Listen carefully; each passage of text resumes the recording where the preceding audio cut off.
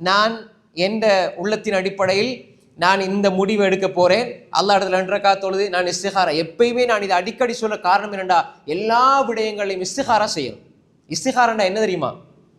ஒரு முஃமின் அவனோட உள்ளத்தை பலமா வச்சிருக்கிறதுல அடிப்படை அல்லாஹோட இஸ்திகாரா செஞ்சு கொள்றது.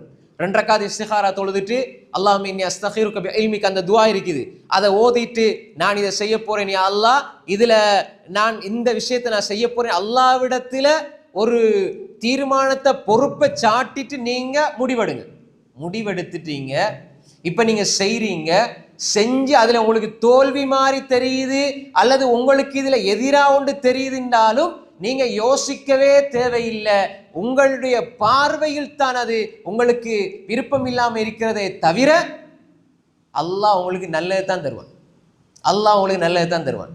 ஆனால் அதை விளங்குற சக்தி நமக்கு இருக்காது. வல்லாஹு யஅலமு வ அன்தும் லா தஅலமூன். அல்லாஹ் அறிந்தவன், நீங்க அறியாதவர்கள். இப்ப நீங்க எதை கேட்கிறீங்களோ அதே ஒன்று உங்களுக்கு விருப்பம் இல்லாத ஒன்றாக வெறுப்பானதாக மாறும். ஆனா அல்லாஹ்க்கு தெரியும் ஒரு வருஷத்துக்கு போற இவனுக்கு எதை கொடுக்கணும், அடுத்த வருஷம் என்ன கொடுக்கணும். எனவே அன்புக்குரிய சகோதரர்களே, உங்களுக்கு நீங்க உலக விவகாரத்தில் மர்மையினுடைய விவகாரத்துல நீங்க ஒரு முடிவை எடுத்துட்டீங்கன்னு சொன்னா அல்லாஹ்ட்ட உதவி தேடி நீங்க அதுல உழைச்சி கொண்டு முயற்சி செய்து கொண்டே இருங்க, அல்லாஹ் ஹைரை தருவான். நீங்க உள்ளத்துக்கு சொல்லிக் கொடுங்க. முதலாவது, யார் எதை சொன்னாலும் யாருடைய பேச்சுக்கும் உங்களோட உள்ளத்தை அப்படியே நீங்க கொண்டு போய் கட்டுப்படுத்தி யாருடைய பிறருடைய பேச்சுக்களுக்கும் அவதூறுகளுக்கும் கீழே உங்களோட உள்ளத்தை கொண்டு போட்டு அதை பலவீனப்படுத்தி உங்களோட பலமான தீர்வுகளை பக்குவமான தீர்வுகளை நீங்க ஏளனமானதாக முதிர்ச்சியற்றதா மாத்திராதீங்க. சில பொழுது நல்ல ஸ்ட்ராங் ஆயிருந்த மனுஷன், நல்லா பேசிட்டு இருந்த மனுஷன், நல்லா இருந்து நல்லா பயன் பண்ணார், நல்லா பேசினார், அப்படி செஞ்சார், எப்படி இருந்த மனுஷன் 4 பேர் 5 பேர் விமர்சிச்சாங்க, இப்ப ஆளுடைய அட்ரஸே இல்லை.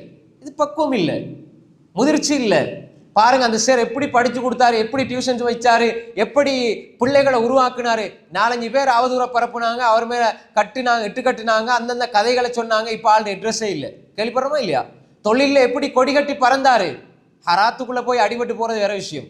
ஹராத்துக்குள்ள போய்த்து, வழிகேடுகளுக்குள்ள போய்த்து, நாசகார செயல்பாடுகளுக்குள்ள போய்த்து அட்ரஸ் எல்லாம் போற வேற விஷயம். பிறருடைய பேச்சுக்களுக்காக, பிறருடைய பழிச்சொல்லுக்காக, இழிச்சொல்லுக்காக, பிறர் எங்களை பற்றி தவறாக சொல்கிறார்கள் என்பதற்காக, பிறர் சொல்லி விடுவார்கள் என்பதற்காக நாங்க எங்கட தீர்மானத்தை மாற்ற வேண்டிய அவசியமே கிடையாது. அதனால ஹரிஸ் அலாமாஃபோம், உனக்கு பலன் உள்ளதுன்னு தெரியுதா, நீ பின்வாங்காதே. ஏன்னா உலகம் நீ நல்லது செஞ்சாலும் பழிக்கும் விமர்சிக்கும், நீ மோசமான செஞ்சாலும் விமர்சிக்கும் பழிக்கும்.